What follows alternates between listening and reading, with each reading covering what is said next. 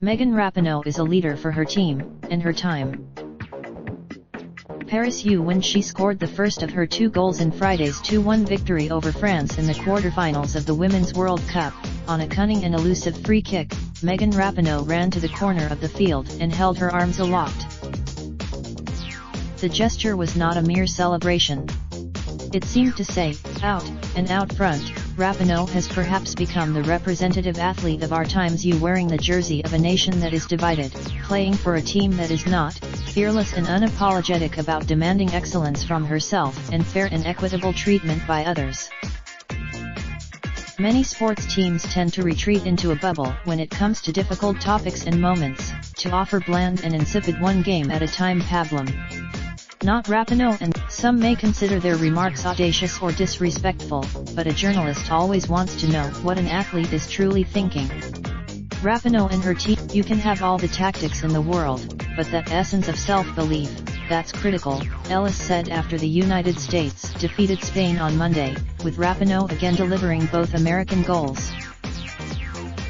Referring to Rapinoe, who will turn 34 on Friday, by her nickname, Ellis added, Pino and other players have lived in these moments.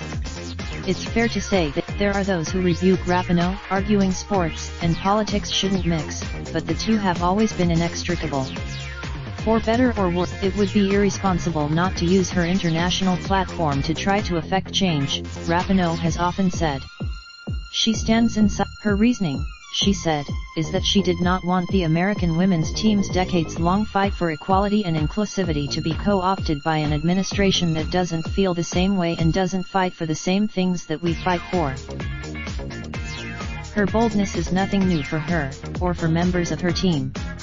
It can be traced, that team laid the foundation for a lot of things, said Jeffrey Gerson, a political science professor at the University of Massachusetts Lowell, who has led a number of panel discussions about the continuing struggle for equality in women's soccer. He added they also had this sense that they were being watched and on stage and carrying the torch for equality and cultural change for girls and women. This conversation, if anyone does not appear to be limited by the doubts of others, it is Rapinoe, who told the New York Times Magazine before the World Cup that it was important to buttress her activism with her play on the field.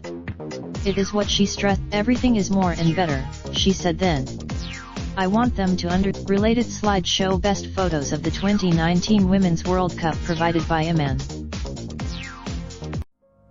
Raindrop, drop top smoking, no cooking the hot pot. I get fucking on your bitch, yeah, that. Looking up, open the park,